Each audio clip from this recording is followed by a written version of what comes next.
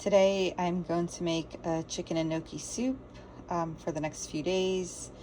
You'll want to first start up by dicing your onion, taking the stems off the spinach, and chopping up your chicken breast into bite-sized pieces.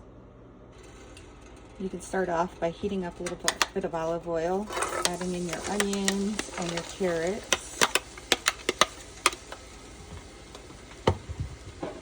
and a little bit of minced garlic.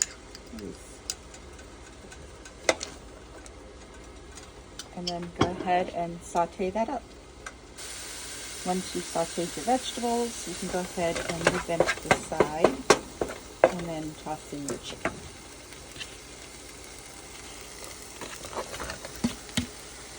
And just fry that up a little bit.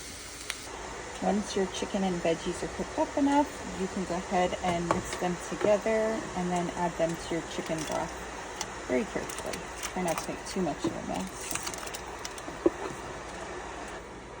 After you stir in your chicken and veggies, you can go ahead and add your gnocchi very carefully. And I forgot to show this in my original beginning with all the ingredients.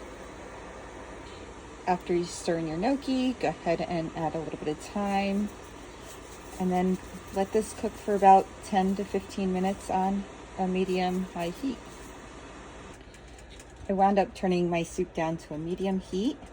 And during that time, I stirred occasionally and I cleaned up the kitchen. Now it's time to go ahead and add in my spinach. And then I'll stir that in really well. And here I have a mix of half and half and heavy whipping cream. So I'll go ahead, I'll stir this in. I will turn my heat up and I will let it continue to cook for about 4 to 5 more minutes.